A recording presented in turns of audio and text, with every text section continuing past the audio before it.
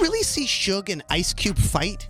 Also, I see a ruckus, and I just see, Cube's throwing his fist. He wasn't punking out at all. For years, the Suge Knight versus Ice Cube fight was just a street legend, until now. Suge Knight just stood up in court, apologized, and confessed that he actually shot Ice Cube. Crazy, right? Especially when you remember what he used to say about snitching. If you knew who killed Tupac, would you tell the police? Absolutely not, because it's not my job. I don't get paid to solve homicide. So what changed, and what really went down that night? Let's break it all down.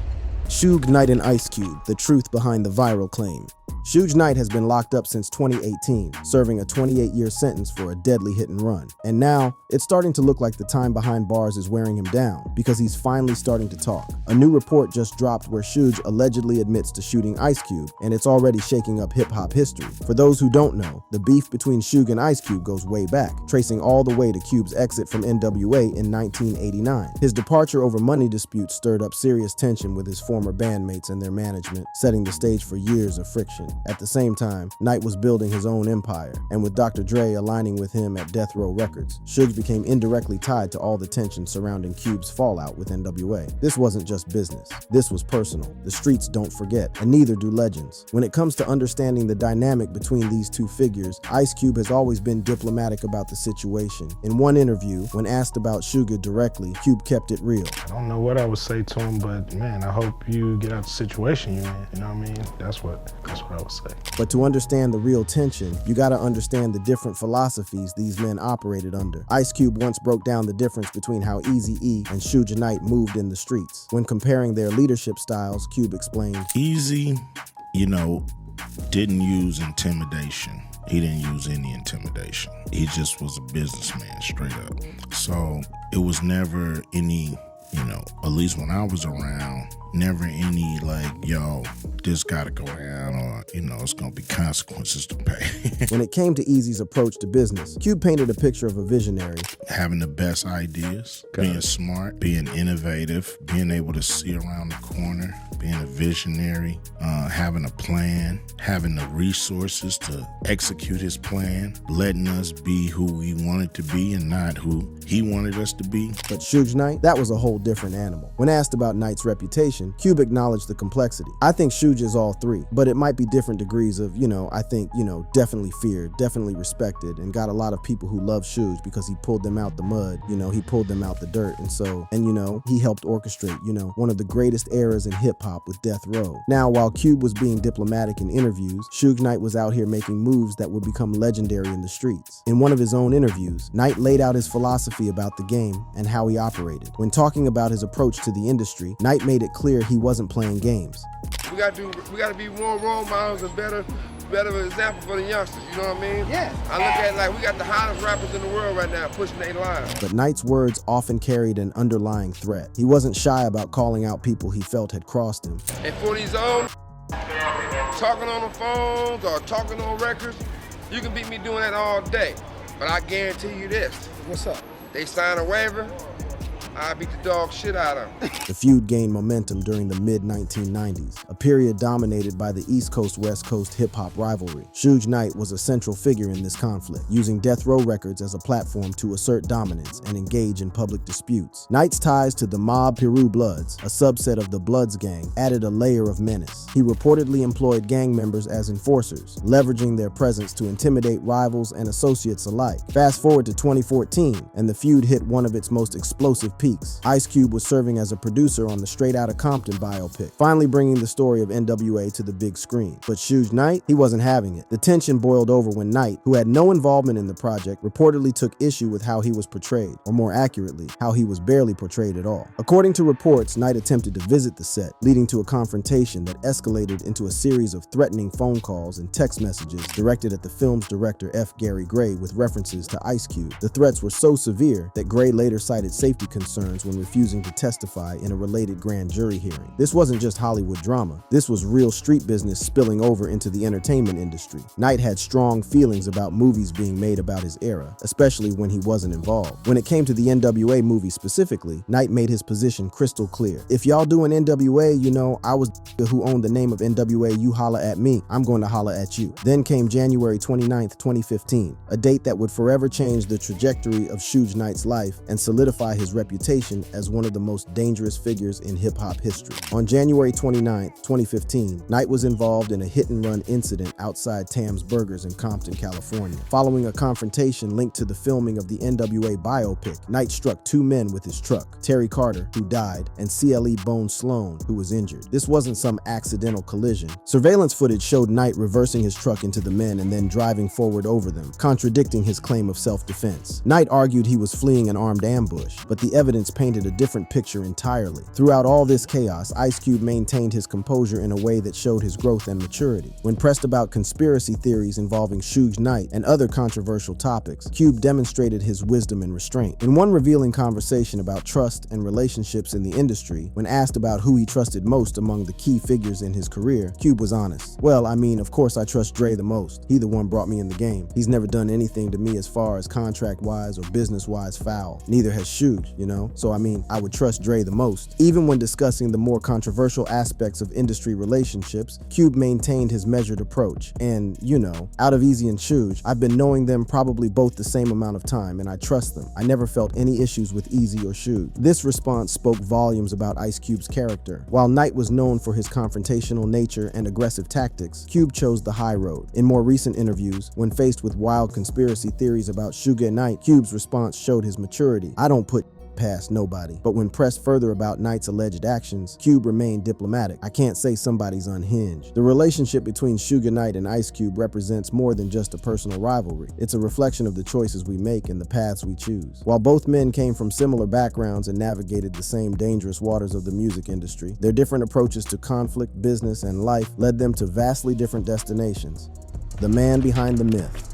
Marion Hugh Suge Knight Jr., born April 19, 1965 in Compton, California, is one of the most intimidating and controversial figures in music industry history. Standing 6 2 inches and weighing over 300 pounds, Knight's physical presence alone is enough to command attention. But it's what he's done with that presence that has cemented his reputation as one of the most feared men in hip-hop. Knight first gained prominence as a bodyguard for celebrities, including Bobby Brown, before transitioning into music industry management. His big break came in 1991 when he co-founded Death Row Records with Dr. Dre, creating what would become one of the most influential labels in hip-hop history. Under Knight's leadership, Death Row released seminal albums like Dr. Dre's The Chronic, 1992, Snoop Dogg's Doggy Style, 1993, and later, multiple Tupac Shakur records that defined the sound of West Coast rap in the 1990s. However, Knight's business success was accompanied by a reputation for aggression and intimidation that went far beyond typical music industry hardball tactics. Former Death Row artists and employees have described a culture of fear at the label, with Knight allegedly using threats, physical violence, and gang connections to maintain control over his artists and business dealings. Was it true that there was like rooms that was set up at Death Row for fighting? For the Bloods, yeah. One of the most notorious stories involves rapper Vanilla Ice. According to a widely circulated industry tale, Knight allegedly dangled Vanilla Ice from a hotel balcony to force him to sign over royalties from Ice Ice Baby. While Vanilla Ice has downplayed the specifics in later interviews, he confirmed that Knight intimidated him into a financial agreement, saying the situation was no joke. Roughed one of my bodyguards up, they roughed everybody else and my whole entourage up.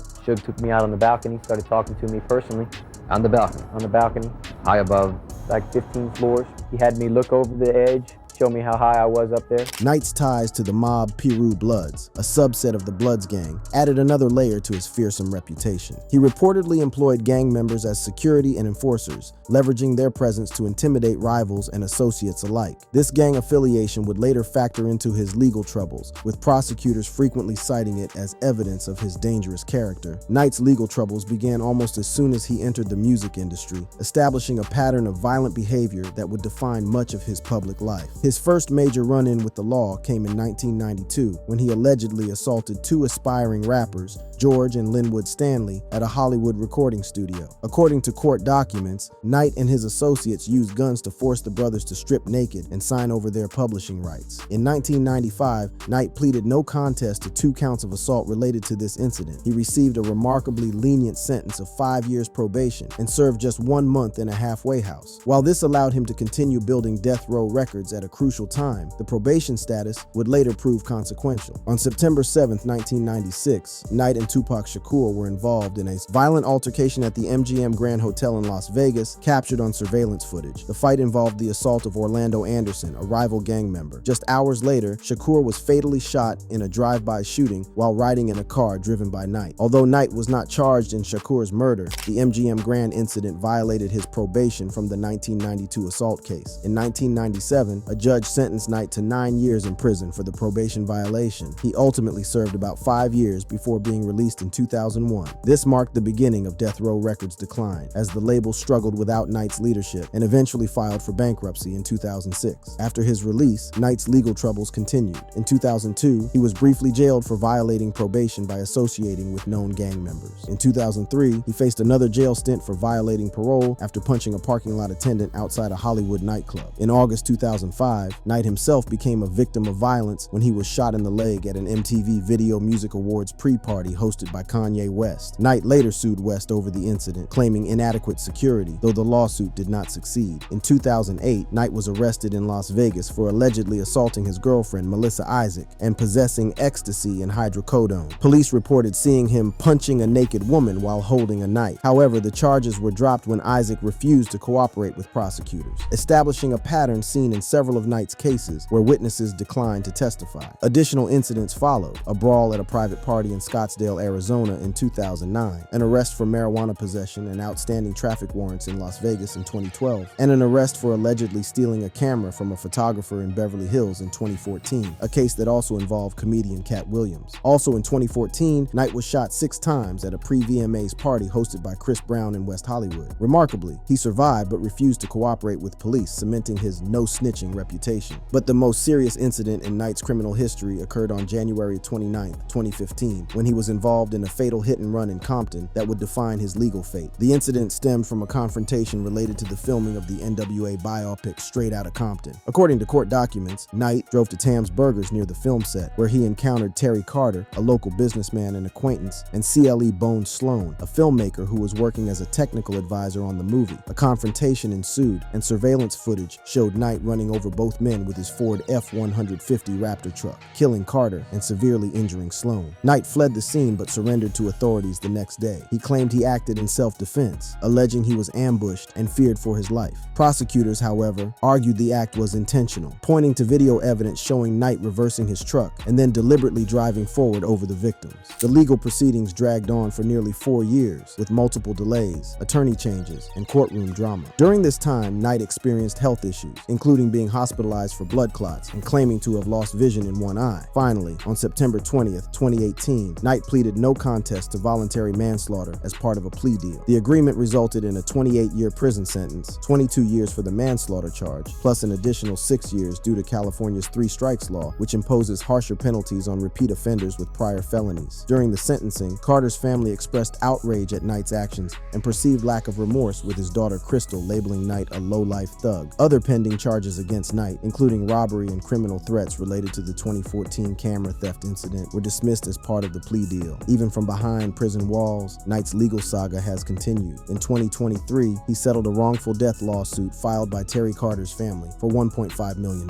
The settlement followed a 2022 civil trial that ended in a mistrial, with jurors split 7-5 on Knight's liability. By settling, Knight avoided a retrial and further financial risk. That same year, Knight sought to appeal his 28-year sentence, arguing that his rights were violated during the plea process and that he was denied the ability to represent himself or choose his own attorney. In March 2025, as we mentioned earlier, Los Angeles County Judge Laura F. Priver rejected this appeal, noting that Knight had not been isolated or helpless and had missed earlier opportunities to challenge the plea. Beyond these proceedings directly related to the hit-and-run case, Knight has also become entangled in additional legal disputes. One notable example is a lawsuit involving Snoop Dogg and others over an unpaid $107 million settlement from 20 years ago. Filed by Lydia Harris, the ex-wife of Death Row Records co-founder Michael Harry O'Harris, the lawsuit alleges that Knight, Snoop Dogg, and several music companies conspired to defraud her of her share of Death Row's profits, stemming from a 2005 judgment. Given this extensive history of criminal behavior and legal trouble, it's particularly notable that nowhere in Knight's documented criminal past is there any mention of a shooting involving Ice Cube. No charges, no investigations, no witness statements, no court records, nothing to suggest that such an incident ever occurred. The absence of any such evidence is telling, especially given the intense media scrutiny that has followed Knight throughout his career. So if there's no evidence supporting the claim that Knight shot Ice Cube, where might this rumor have originated? There are several plausible explanations. First, confusion with other incidents. Knight has been involved in numerous violent confrontations over the decades, and details from these actual events might have been conflated or misattributed in online retellings. The fact that Knight was present when Tupac Shakur was fatally shot in 1996, for instance, might lead some to mistakenly associate him with other shooting incidents. Second, the Straight Outta Compton connection. Knight did have documented conflicts related to the film, which featured Ice Cube both as a character and as a producer. The 2015 hit and run that led to Knight's current imprisonment occurred near the film's set and involved people connected to the production. These real tensions might have been exaggerated or transformed as they spread online. Third, there's Knight's well-documented history with firearms. In January 1998, Knight was sentenced to 9 years in prison for violating his probation by participating in a fight at the MGM Grand in Las Vegas the night Tupac Shakur was shot. Knight has also been the victim of gun violence, most notably in 2014 when he was shot 6 times at a pre-VMAs party. This association with gun violence might make it easier for rumors about shootings to stick to him. Fourth, the broader mythology surrounding Knight plays a role. His fearsome reputation has been built on both documented incidents and exaggerated stories. Over time, the line between fact and fiction has blurred in popular narratives about him, creating a fertile ground for new rumors to take root and spread.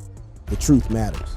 While Suge and Knight's career trajectory led to imprisonment and legal troubles, Ice Cube's path took a dramatically different direction. After leaving NWA in 1989 over financial disputes, Ice Cube successfully launched a solo career that would eventually transcend music and establish him as a multifaceted entertainment powerhouse. Born O'Shea Jackson on June 15, 1969, Ice Cube first rose to prominence as a founding member of NWA, contributing significantly to their groundbreaking 1988 album, Straight Outta Compton. After his departure from the group, he released his solo debut, America's Most Wanted, in 1990 to critical acclaim, establishing himself as one of hip-hop's most incisive and politically conscious voices. While Knight was building Death Row Records with Dr. Dre in the early 1990s, Ice Cube was carving out his own lane, not just in music, but in film as well. His acting debut in John Singleton's 1991 film, Boys in the Hood, revealed a natural talent for performance that would eventually lead to a prolific career on screen. Throughout the 1990s, as Knight became increasingly embroiled in violence and legal issues, Ice Cube diversified his portfolio. He wrote and starred in the 1995 stoner comedy Friday, which spawned a successful franchise, and continued to release hit albums like The Predator, 1992, and Lethal Injection, 1993. By the 2000s, while Knight was serving time for probation violations, Ice Cube had successfully transitioned into family-friendly films like Are We There Yet, 2005, and Are We Done Yet, 2007, reaching audiences well beyond his original hip-hop fan base. He also ventured into production, creating the successful Barbershop film series, and later founding his own production company, Cube Vision. In 2015, Ice Cube's career came full circle with the release of Straight Outta Compton, the biographical film about NWA that he co-produced. The film was both a critical and commercial success, grossing over $200 million